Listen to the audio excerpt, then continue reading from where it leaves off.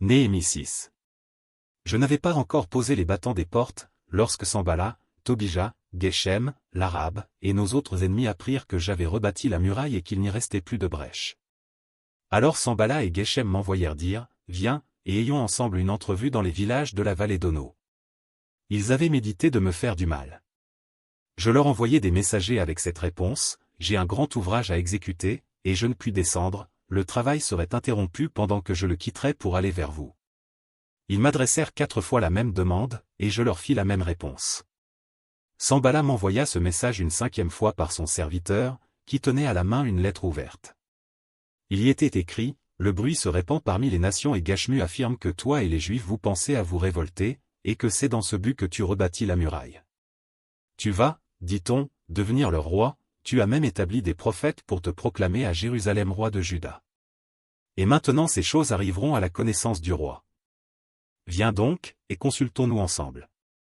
Je fis répondre à Sanballat, ce que tu dis là n'est pas, c'est toi qui l'inventes. Tous ces gens voulaient nous effrayer, et ils se disaient, ils perdront courage, et l'œuvre ne se fera pas. Maintenant, ô Dieu, fortifie-moi. Je me rendis chez Skemaéja, fils de Delaja, fils de Mehétabel. Il s'était enfermé, et il dit, allons ensemble dans la maison de Dieu, au milieu du temple, et fermons les portes du temple, car ils viennent pour te tuer, et c'est pendant la nuit qu'ils viendront pour te tuer.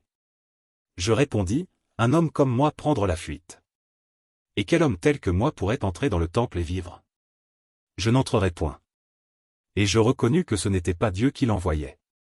Mais il prophétisa ainsi sur moi parce que Sanballat et Tobija lui avaient donné de l'argent. En le gagnant ainsi, ils espéraient que j'aurais peur, et que je suivrais ses avis et commettrais un péché, et ils auraient profité de cette atteinte à ma réputation pour me couvrir d'opprobre. Souviens-toi, ô mon Dieu, de Tobija et de Sanballat, et de leurs œuvres.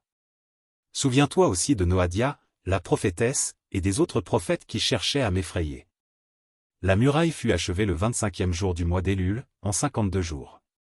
Lorsque tous nos ennemis la prirent, toutes les nations qui étaient autour de nous furent dans la crainte, elles éprouvèrent une grande humiliation, et reconnurent que l'œuvre s'était accomplie par la volonté de notre Dieu. Dans ce temps-là, il y avait aussi des grands de Juda qui adressaient fréquemment des lettres à Tobija et qui en recevaient de lui. Car plusieurs en Juda étaient liés à lui par serment, parce qu'il était gendre de Skekania, fils d'Arash, et que son fils Joshanan avait pris la fille de Meshulam, fils de Bérekia. Il disait même du bien de lui en ma présence, et il lui rapportait mes paroles. Tobija envoyait des lettres pour m'effrayer.